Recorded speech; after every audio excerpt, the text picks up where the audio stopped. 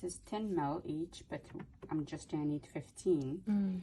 Okay, so this is the contrast with the powder. I'm just gonna get rid of the cap.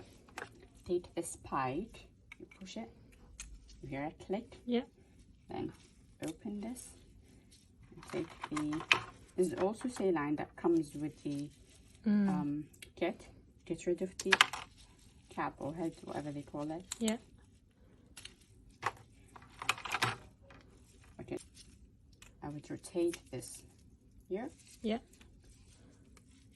Okay. Now, your push has to be really strong.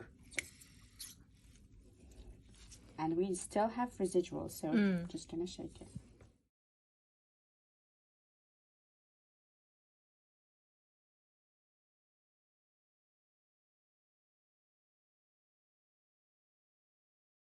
So if we're doing bolus or neat contrast, they will just use this straight away. But because we need to dilute it into much more volume, that's why. So just open the syringe.